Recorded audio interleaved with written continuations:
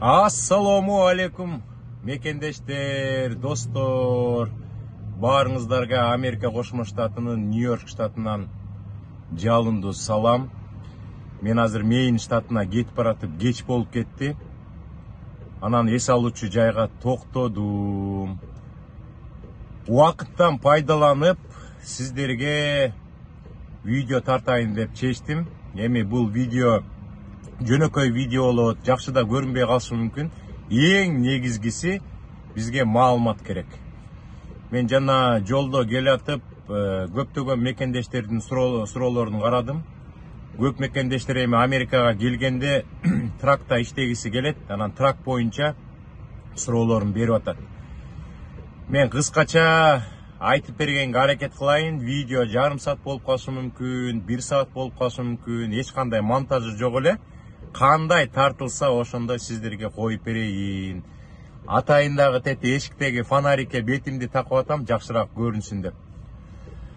Достор, көп мекендештер азыркыга чейин Америка жөнүндө маалыматты билишпейт экен. Мен бул видеону көбүнчө Россияда жашаган мекендештериме арнайм, анан Кыргызстанда жашаган мекендештериме арнайм. Жанатан бери карасам, ушул Кыргызстан менен Россиядан көп суроолор келиптир трак жумушу боюнча. Эми өзүм трак айдоочусу болуп 7 жыл 5 айдан бери иштеп атканга жараша эми трак жумушу боюнча кичине анча-мынча маалымат бергенге кудурет жетет. Көп мекендештер айтып атпайбы, биз Кыргызстанда Америкага барыш үчүн грин карта ойноп койдук, ар кандай жолдорду изденип атабыз, туристтик визалар менен, окуу визалары менен, дейт, спорт жагынан, дейт, через Мексику деп жазып атышат. Байке Кыргызстандын правасы Америкага барсак, эмне жумуштардан иштесек жарайт. Биз деген кээ бирөөлөр айтып атат, ар кандай ID, SB деп, мен дагы билбейм кандай категориялар бар. Ошолордун бардык категорияларды правага бастырып атабыз, убакытыбыз кетип атат, акчабыз кетип атат дейт. Мен көптөн бери айтып жүрөм, достор. Кыргызстандын правасы болобу, Россиянын правасы болобу, Россияда көп биздин мекендештер эми Россиянын граждандыгын алып койгон да, анан российский паспорттор менен, российский айдоочулук күбөлөрү менен жүрөт. Ошол айдоочулук күбөлүк же болбосо право деп коебузбу, жеңил машина айдай турган эч кандай категория бастырбагыла, достор. Убары болуп, акчаңарды да кетирбегиле. Ал право менен Америкага келгенде жеңил машина айдаса болот. Иштегенге такыр болбойт. Ошон үчүн убактыңарды кетирбегиле. Например, сиздер Чикагога, же болбосо Нью-Йоркко учуп келсеңер, мыяктан тааныштарыңар, досторуңар, туугандарыңар, сагынып калган куда сөөктөр дегенде классташтар силерди тосуп алса, Кыргызстандын правасы менен келбедиңерби? Сразу эле Америкага киргенден кийин аэропорттон баштап мен айдап көрөйүнчү деп айдасаңыздар болот, эгер өзүңүздөргө ишенсеңер. Ошол Кыргызстандын правасы менен. Например, көп мекендештер азыр Нью-Йоркко келишет, Бруклинге келишет, Филадельфиянын тегерегине келишет, анан Синсинати шаарынын тегерегине келишет. Ушул эле 4 жерде мекендештер абдан көп. Жеңилирээк болот жашоогочу. Орус тил, кыргыз тилде сүйлөгөн биздин мекендештер англис тилин билбесе да кичине жеңилирээк болот, анан жумуштар кичине жеңилирээк табылат. Анан бир нерсени айтып коеюн, достор. Кээ бир мекендештер, Америкада жашаган мекендештер, билем ошолордучу, кээ бирөөнү. Ошолор жазып атпайбы? Азыр деген көптөгөн адамдар келип атат, келбей эле койгула Америкага, жумуш такыр жок болуп атат деп атпайбы? Жумуш маселеси, мен 2013-жылы келгем да Америкага. Кандай болсо азыр деле ошо сыяктуу. Мен деле 2013-жылы келгенде көп жигиттер, балдар жумуш эле издеп жүрчү. Биз да издечүбүз, бир жумуштан чыгарып салса, же болбосо бир жумуштан кетип калсаң, экинчи жумушту тапкан үчүн кээ бирде 1 жума кетип калчу, кээ бирде 2 жума кетип калчу, кээ бирде ошол 2013-жылы эле мен карындаштарды көргөм, 1 айдан бери жумуш табылбай атам, 3 жумадан бери жумуш таба албай атам деп анча-мынча депрессия болуп жүргөн биздин мекендештерди, жигиттерди, кыздарды деле көрчүмүн.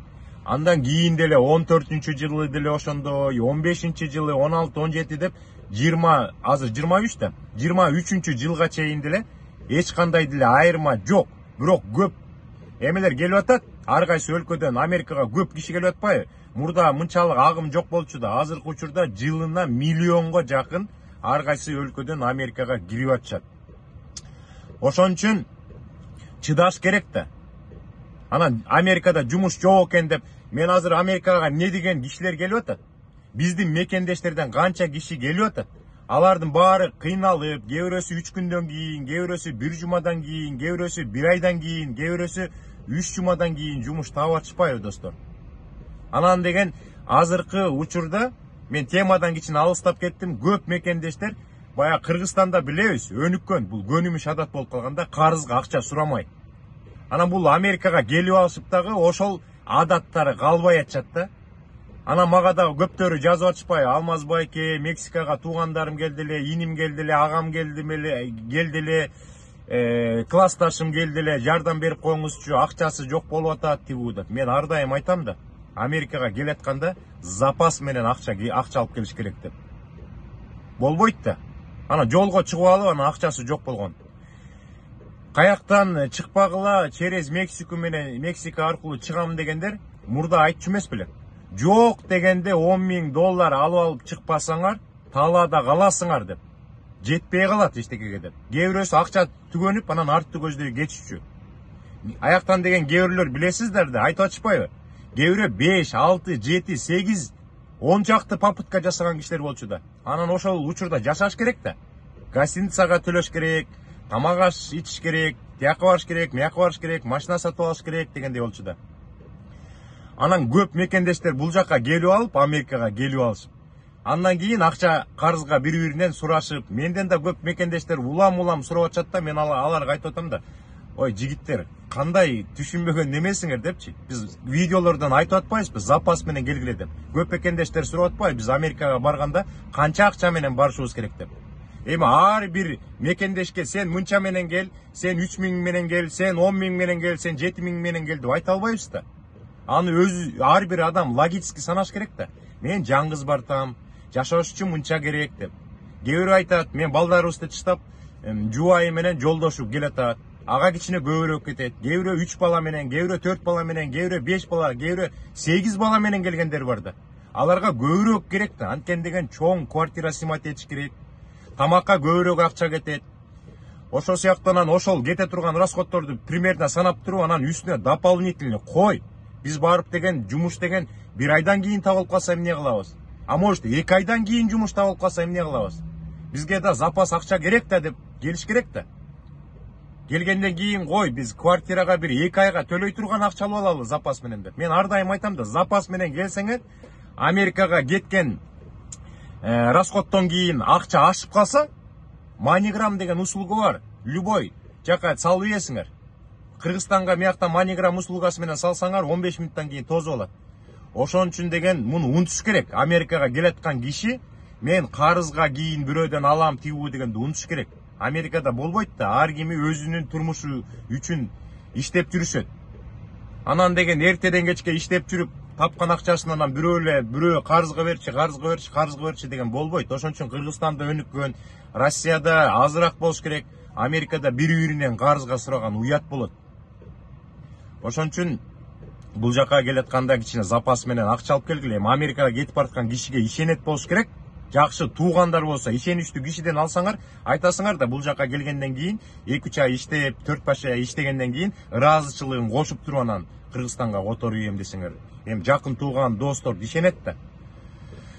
Достор, ошондой анан баягы права боюнча айттым. Кыргызстандын, Россиянын, любой каалаган мамлекеттин правасы иштегенге такыр жарабайт.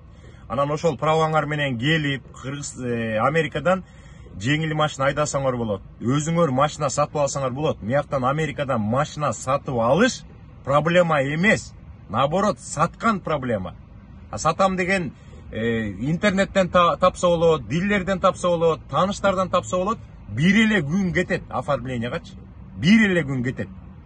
Например деген, силер машина сатып алам десеңер, мен бир историяны айтып берейин. Нью-Йорктон мен Ислам деген иним машина сатып алайын деп чечиптир да мага звонить этти. Алмаз байке, моякта Нью-Джерсиде бир машина сатылаптыр, жүрүп барып келебиз деп. Анан менин машинамды айдап, Исламды жаныма отургузуп, бир жарым саат 45 мүнөттүк эле жол. Барсак бирөө Toyota Camry'ni көрсөттү. Анан соодалашып, мыяктан да соодалашат. Канчага бересиң? Например деген мен 6 деп аткам. Давай 5ке бер. Жок, 5ке бербейм, 6-8 деп атынан 5,5га токтоп примерно. Анан акчасын санап беребиз, бүт машинаны карап жактыргандан кийин. Ал деген тайтл деген болот. Машинанын тайтлын жазып берет. Аркасына кол коюп туруп эле, канча суммага сатты деп туруп эле берип коет. Бүттү, анын иши бүттү. Анан номерин чечип алат да кетип калат. Ал деген номерин деген ГАИге, ДМВга өткөрүп бериш керек. Анан биз деген временный бир номер алып алганбыз. Аны тактык дагы буякта номер жок, айдаганга болбойт. Сразу полицейский токтотуп анан камап салып же штраф. Аябай жаман да бул. Криминальный иш. Ошон үчүн бир временный номер табып, аккуратно айдап келдик. Анан машинаны деген биринчи очередь иншуренске алып барыш керек. Жанагы страховой компанияга алып барып, машинаны алар көрүшүп, силерден договор түзүп, анан деген акчасын төлөсүңөр да, анан ошол жактан айтат. Силер деген страховка үчүн бул деген односторонний, анан двухсторонний болот. Силер деген, например, айына бул машинага мынча $200, например, төлөп турасыңар. Страховкаңар болот. 6 айга алынат, мыяктачы көбүнчөсү 6 айга, анан 6 айдан кийин кайра жаңыртып турат. Анан ошентип страховкага отургандан кийин эле бүттү, ГАИге барасыңар, өзүңөрдүн атыңарга оформить этесиңер, анан номерин берет, номерин тагып алып, registration деп коет, registration'ди ар кайсы штаттарда ар кандай, кээ бир штаттарда 1 жыл сайын алмаштырып туруш керек, кээ бир штаттарда 2 жыл, кээ бир штаттарда 3 жылдан кийин барып, анан registration деп бир кагазды алмаштырып турасыңар. Болду. Анан ошол права менен, Кыргызстандын правасы менен, ошо сатып алган, же болсо досуңардын машинасы, же кошуна, же болсо бирөө доверять этсе, мен машинамды айдап тур, сен машинаң жок турбай деп, ошол машинаны эле айдап жүрө берсеңер болот. Бирок убактылуу, кээ бир штаттарда 3 ай, кээ бир штаттарда 6 ай, ошого чейин жанталашып, анан жана американский права деп коет, мыякта драйвер лайсенс деп, ошону алганга аракет кылыш керек. Аны алыштагы жеңил, анын экзамени трактай эмес. Ар кайсы штатта, кээ бир штаттарда 40 вопрос келет, кээ бир штаттарда 30 вопрос келет, кээ бир штаттарда 50 вопрос келет. Ар бир штат деген өзүнчө государство да, ГАИлер да окшошпойт. Анан деген ошол ГАИге барып туруп эле мен жеңил машинага правага тапшырганы келдим деп, анан деген бүт керектүү документтерди бериш керек. Эми кээ бир штаттар деген жанагы social security карточка жок болсо, же болсо green карта, разрешение на работу жок болсо жолотпойт. Например, мен жашаган жерде Агая штатынын Колумбус шаарында, эми Синсиннатиде эле Агая штаты да жолотпойт ГАИге. ГАИге барсаңар биринчи очередь сурайт силерденчи. Эмени сурайт?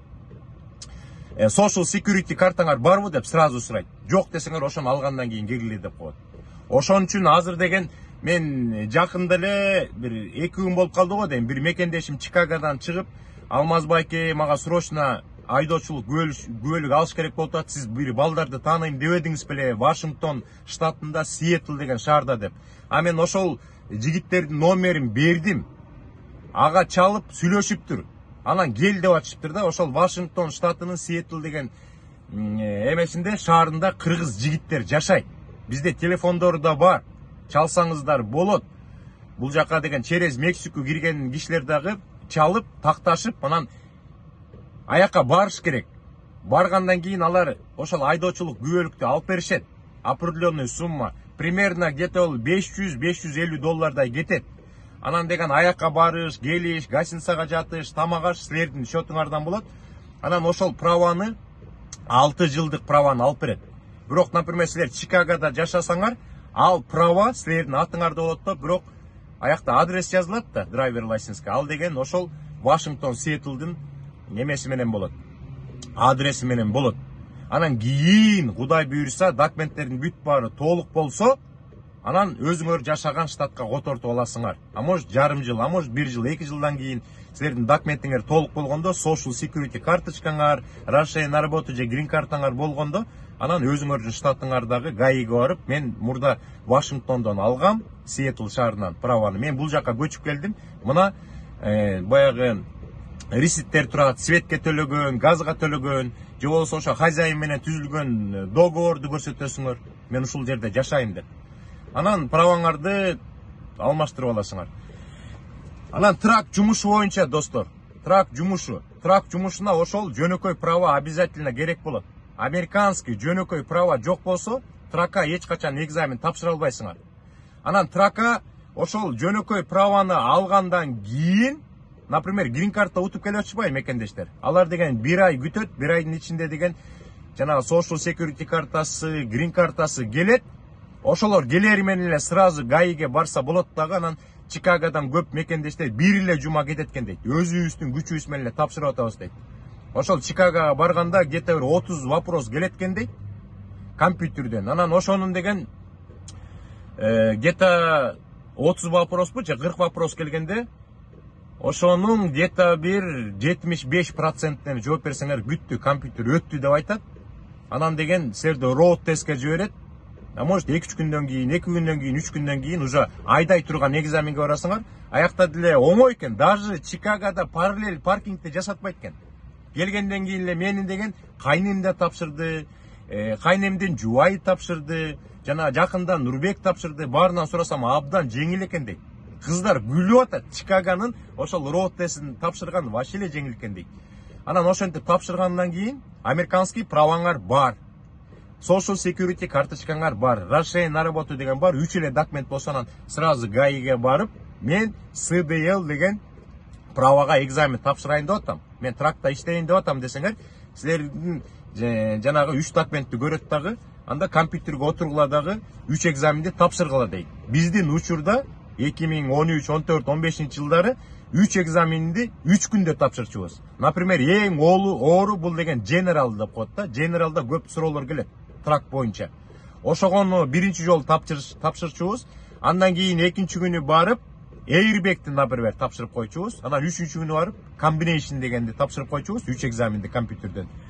Combination менен airbag деген где-то бир 70тей суроого эле даярданыш керек. Экөөнүкү 140 суроого даярданыш керек. 70-70тен. А калганы көбү жанагы 250-300 вопросту баягы даярданган бул general. Анан ошол 3 экзаменди тапшырып бүткөндөн кийин азыркы учурда 1 күндө эле тапшырып койсо болот экен.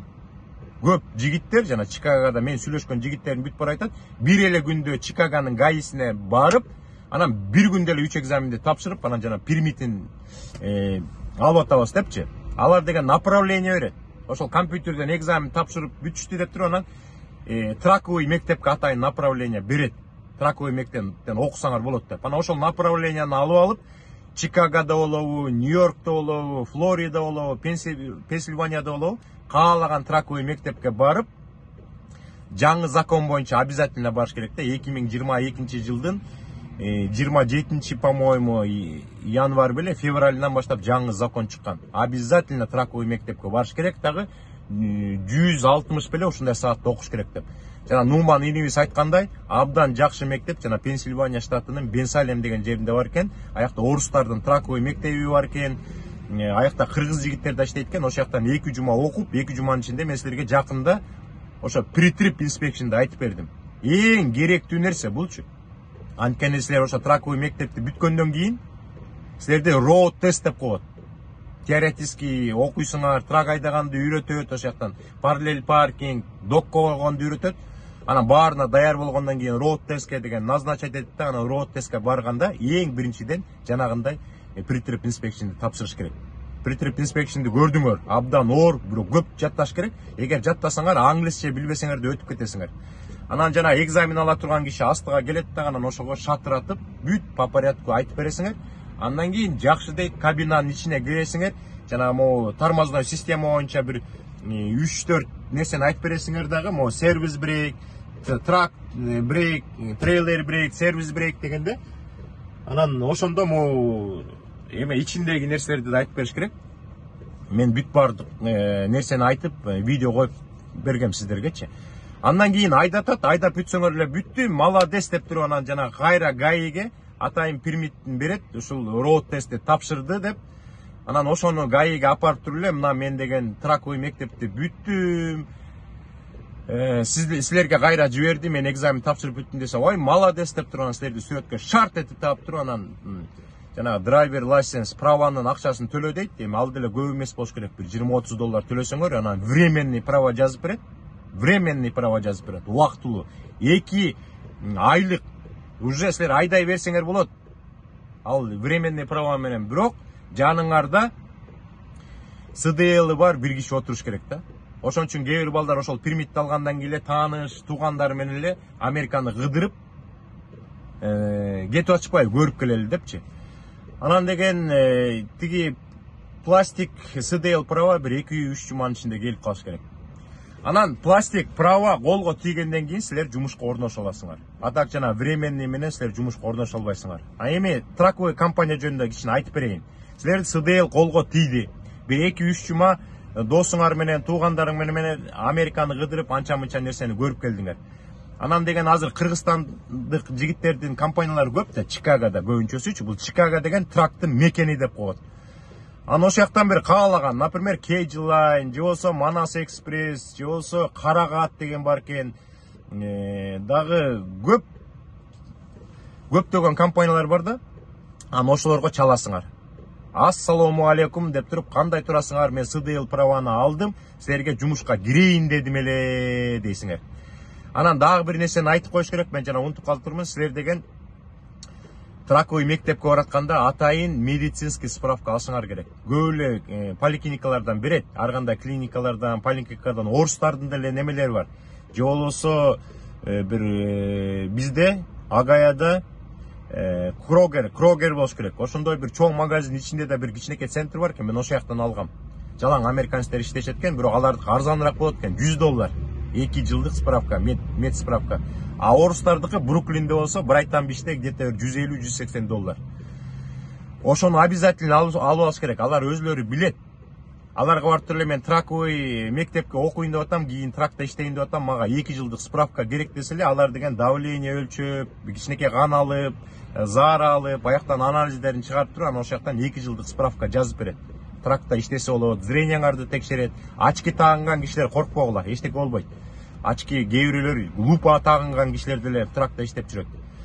Анан деген компанияга чаласыңар. Мен ушундай СДЛди алдым. Мен жумушка кириш керек болуп атат десеңер, алар биринчи очередь силерден жанагы драйвер лайсенс, жанагы сүрөтү бар, фото айдини. Пластик драйвер лайсенстин сүрөткө тартып туруп бизге WhatsApp аркылуу жибергиле дейт. Аны жибересиңер, алар силерди иншуренске отуруш керек, страховая компанияга отуруш керек. Анан бирөөсү чыгат да, ооба биз эметебиз дейт, алабыз дейт. Анан силерге чалат. Силер деген каякта турасыңар? Нью-Йоркто турасыңарбы, Филадельфияда турасыңарбы, же болсо Флоридада турасыңарбы? Биз ошол жактан бир үйүңөргө жакын драг тест этет, медкомиссия өтүшүңөр керек. Жана драг тест деп коет, бул наркотикке текшерилет. Ошонун акчасын төлөп коебуз, бир $26 төлөп коебуз. Силердин атыңарды берип коебуз, мынчанчы күнү саат мынчада баргыла дейт. Үйүңөрдүн жанында болот, же ошол шаарда, өзүңөр жашаган жерде. Ошол жака барасыңар дагы, анан ошо драг тестти өтүп коесуңар. Аяктан көп деле текшербейт, мо заарадан анализ чыгарат. Наркотик принимать этет бекен же принимать этпейт бекен деп. Ал деген наркотик принимать этсе, ал деген 1 айга чейин билип коюшат. 1 айбы 2 айга чейин билип коюшат. Ошентип анын результаты компанияга прямой кетет. Анан компания баары жакшы, бизге келгиле дейт. Например, Чикагода компания. Чикагога келгиле дейт. Биринчи жолу жумушка барганда ошол жака барыш керек. Өзүңөр Нью-Йоркто жашайсыңарбы, тракта иштегенде, же Флоридада, же Калифорнияда жашайсыңарбы? А траковый компания Чикагода болсо эчтеке болбойт. Эң негизгиси бир жолу барасыңар дагы. Анан деген договор түзөсүңөр.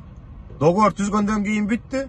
Анан деген айтат, силер жаңгыз иштеген рискованный. Мына бизде деген көптөгөн опытный водительдер бар, айдоочулар бар. Ошолордун бирөөсүнө кошолу. Силер бир 2 жума иштеп келгиле, Американы көргүлө, жүк алганды, жүк бергенди, полицейскилер менен сүйлөшкөндү, вестейшнга киргенди, бензин куйга, солярка куйганды, душ принимать эткенди, жанагы могу GPS менен колдонгонду, лоутбук менен колдонгонду көп да. Жүк алганда да дөңгөлөктөрдү кантип туура жылдырыш керек. Обязательно опытный киши менен бир жок дегенде бир 2 жума. Ата карындаштар, кыздар 1 ай, 2 айга чейин үйрөнүшөт. Ошентип бүткөндөн кийин эле анан сиздерге отдельный трак берет, трейлер берет. Мына силерге трак, трейлер, компания драйвери болуп иштесеңер, ошол 1 жумада тапкан груздун 25-тен 30%-на чейин беребиз. Же болбосо андай процентти кааласаңар, анда 1 майлга 65-70 цент төлөп берели. Макул деп иштей баштайсыңар, анан компания драйвер, көп мекендештер сурап атпайбы? Эч кандай чыгым жок. bir тиын төлөбөйсүңөр. Например, bir жума иштедиңер, майлыжга иштедиңер. Трак драйверлер где-то 3,5-4 миң майл жүрсө болот. Ошондо эле көбөйтүп койгула. Башыңар оорубайт. Например, 4 миң майл жүрсөңөр, ошону 65 центке көбөйткөндө эле уже силер деген 2,5 миң долларды спокойно таап койсуңар. Ошентип жумасына 2 миңден 2,5 миң долларга чейин табасыңар. Азыр көптөгөн мекендештер иштеп атат. Жакында эле Телегиним менен сүйлөштүм. Бая компания драйвер болуп иштеп аткандар. Алардын бүт баары эле айтып атат, bir жума толук иштесек, bir 2 миңден 2,5 миң долларга чейин акча таап атабыз деп. Анан деген bir эметпегиле. Коркпогула да, трак бузулуп калат, трейлер бузулуп калат, эчтекесин төлөбөйсүңөр, паркинг эчтеке төлөбөйсүңөр, иншюранс деп эчтеке төлөбөйсүңөр, бүт компания төлөйт. Силер только айдайсыңар, анан жуманын акырында акчаңарды аласыңар. Анан кийин өзүңөр билип каласыңар. Андан кийин өзүңөр уже бул Америкага көнөсүңөр, көптөгөн трак драйверлер менен сүйлөшөсүңөр, опыт аласыңар, кайсы трак жакшы, кандай трак алыш керек деп. Анан кааласаңар ошол компаниядан же дилерден анан кийин трак сатып аласыңарбы, арендага аласыңарбы, анан кийин өзүңөр чечип аласыңар. Эң негизгиси компанияга компания драйвер болуп кириш керек, достор. Ошон үчүн ушундай видео болуп калды, достор. Анан убакыт болгондо дагы бир башка теманы алабыз дагы, ошол темалар үчүн дагы видео тартабыз. Анан көп мекендештердин берген суроосу жанагы CBP-1 деген программа боюнча болуп атат, жана Мексика аркылуу болуп атат. Мурда мындай болчу да, достор. Мексикага келген кишилер забор менен секирип өтүшчү, же болбосо машиналар менен границадан өтүшчү, ар кандай кыйынчылык жолдордун баарын өтүшчү. Анан көптөгөн жана полицейскилерге, Мексиканын полицейскилерине толтур акчаларды берип, ошентип кыйналып, өтө албай, ошондой болчу да. Азыр болсо жаңы закон деп атпайбы, мен bir 17-синен баштап иштейт деп атканда, январдын. Бул Америка Кошмо Штаты минтип атат. Силер забордон секирбегиле, ар кандай границанын ар кайсы тешик-пешиктерди издеп өтпөгүлө. Эгер Американын территориясына кирем десеңер, эң негизгиси Мексиканын территориясына келгиле деп дүйнөдөгү элдерге өзүлөрү айтып атышат. Эгер Америкага кирем десеңер, ошол өзүңөрдүн өлкөңөрдөн анан Мексикага келгиле. Кээ бир өлкөдөн Мексикага келиш жеңил. Например, Россиянын граждандерине Мексикага келиш жеңил. Жөн эле жанагы саякаттайбыз эле, путевка сатып алып, анан мультивизаларды ачып алып эле, эч кандай печать бастырып, виза албай эле келе беришет. А кээ бир өлкөлөрдөн Мексикага келиш үчүн жанагы через посольство анан виза алыш керек. Ошол эле оорчулугу бар. Анан Мексикага жеткенден кийин мурдагыдай үркүп, коркуп, мени качан кармап кетет Мексиканын полицейскилери, качан акча сыгат, сен деген Америкага киргени келдиң деп, аябай эмелер болчу да. Анан деген ошондой болбосун деп Америка айтып атат. Мексикага келгиле дейт, спокойно келип, аяктан гостиницага жашап, же тааныштарыңар ишыл кандай кыласыңар өзүңөр билгиле, коркпой эле жүрө бергиле Мексикада. Анан деген ошо Мексикадан келгенден кийин мексиканский симка сатып алып, ошону телефонуңарга салгыла, башка өлкөдөн иштебейт, только мексиканский симка Мексикадан иштейт. Анан ошону деген CBP-1 деген программаны көчүрөсүңөр дагы, ошол жактан өзүңөр анан чыгасыңар. Ошол CBP-нин же болсо иммигрейшндин офицерине чыгасыңар. Ошол жактан атайын фамилияңды жаз, атыңды жаз, туулган жылы, ошол өзүң данный менен канча кишисиңер, үй бүлөсүңөр, ошондой болот болуш керек. Мен даже билбейм азырынчачы.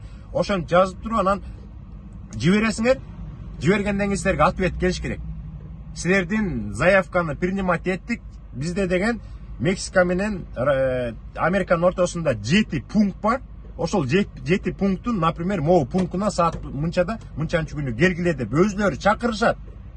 Анан чакыргандан кийин эле үй бүлө болсо үй бүлө менен келип, ошол жакта офицерге кезигип, ошол жактан бүт баарын түшүндүрүп, анан Американын территориясына кирип кетесиңер. Мурдагыдай кыйынчылыктар болбойт. Бул дагы эми башында ар кандай болушу мүмкүн, түшүнбөстүктөр болушу мүмкүн. Анан бир күнү болбосо бир күнү бир тартипке келет. Анан силерди деген уже Мексиканын полицейскилери, жана таможня, иммигрейшндери уже силерди куугунтук ала албай калат да. Анткени Америка өзү айтып атат, Мексикага келгиле да спокойно бизге кирсеңер болот. Бирок очередти күтөсүңөр депчи. Эми ар кандай очеред, эми Америкага айтпадым бе, 1 жылда миллионга жакын кишилер кирип атат деп. Анан аяктан да очередь абдан көп болот да. Анан ошол очередти күтүп аткан ошо кыйынчылык болот болуш керек. Мексикан территориясында өзүңөр билесиңер, аякта жумуш аз, криминальный өлкө, коррумпированный өлкө, полицейскийлер акчалат. Мен өткөндө деген полицейскийлер акчалат десем, көп мекендештер жазыптыр. Американын полицейскийлери коррумпированный деп. Мияктан деген $1 алып көрсүчү, Американын полицейскийлери $1 алып көрсө бүттү, жумушунан эметет, кетет, соттолуп кетет. Полицейскийлердин зарплатасы жылына 100 000. Анан льготалардын бүт бары бар, пенсияга кийин абдан сонун чыгат. Эч ким кеткиси келбейт полицияга кирген киши. Ошон үчүн Мексикада башкача экен. Анан Мексика мурдагыдай, анан силерден анан стекляшка, анан тигинден акча алыш керек. Анан тиги самолет менен учуп келгенде тигинден катыш керек. Анан бир буту жок киши бар, тиги бу дегендерди анан жоголот да акырында. Анан ошол жактан дагы бир деген Антон деген бар экен. Анан ага деген акча бериш керек экен, ал тиги машина алып берет экен, тияктан өткөрөт дегендер жок. Спокойно келип, өзүңөр менен өзүңөр болуп, анан ошентип баягы очередь менен өткүлө деп дүйнөдөгү элдерге өзүлөрү Америка айтып атат. Эми кандай иштейт экенин көрөбүз. Анча мынча убактымды кетирип сиздерге анча мынча маалымат бердим го деп ойлойм. Дагы жазыңыздар кайсы бир теманы алалы деп. Например, квартиралар боюнча, же болсо мектеп боюнча, же болсо ар кандай темаларды айтсаңар, дагы бир күнү убакыт болгондо ушундай кеч болобу, күндүз болобу сиздерге маалымат бергенге аракет кылам. Анан деген достор, маалымат берип атабыз. Катталуучуларды көбөйтүш керек.